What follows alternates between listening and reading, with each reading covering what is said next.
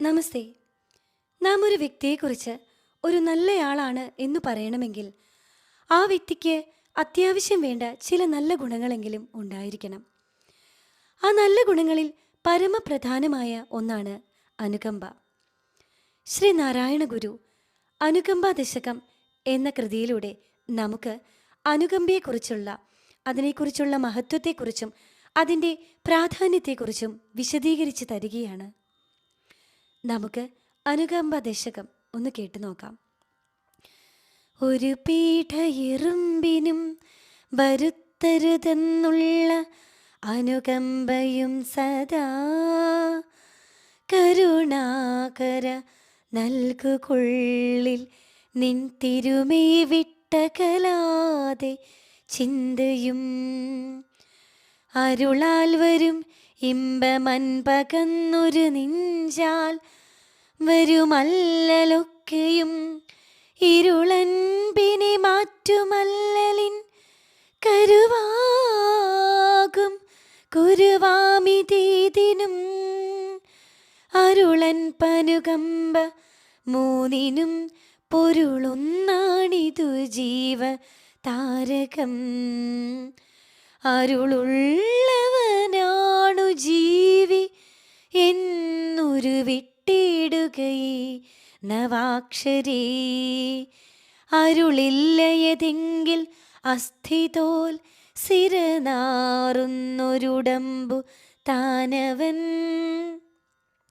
മരുവിൽ പ്രവഹിക്കും അമ്പുവ പുരുഷൻ നിഷ്ഫലഗന്ധ പുഷ്പമാം വരുമാറുവിധം വികാരവും വരുമാറില്ലറിവിന്നിതിന്നു നേർ ഉരുവാമുടൽ വിട്ട് കീർത്തിയാം ഉരുവാർന്നിങ്ങനുകമ്പ നിന്നിടും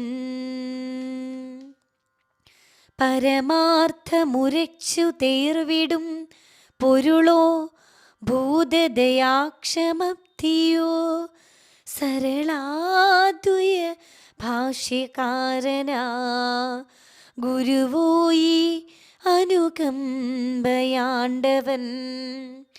പുരുഷാകൃതി പൂണ്ട ദൈവമോ നരദിവ്യാകൃതി പൂണ്ട ധർമ്മമോ പരമേശ പവിത്ര പുത്രനോ കരുണാവാൻ നബിമുത്തുരത്നമോ ജ്വരമാറ്റി വിഭൂതി കൊണ്ട് മുന്നരിതാം വേലകൾ ചെയ്ത മൂർത്തിയോ അരുതാതെ വലഞ്ഞു പാടിയ ഉദരമാം നോവു കെടുത്ത സിദ്ധനോ ഹരനെന്നെഴുതി പ്രസിദ്ധമാം മറയുന്നോതിയ മാമുനീന്ദ്രനോ മരിയാതുടലോട് പോയര പരമേശന്റെ പരാർത്ഥ്യ ഭക്തനോ നരരൂപമെടുത്തു ഭൂമിയിൽ പെരുമാറിടിന് കാമധേനുവോ പരമാദ്ഭുതദാനദേവതാ തരുവോയി അനുകമ്പയാണ്ടവൻ. ഫലശ്രുതി അരുമാമറയോതും അർത്ഥവും ഗുരുവോതും മുനിയോതുമർത്ഥവും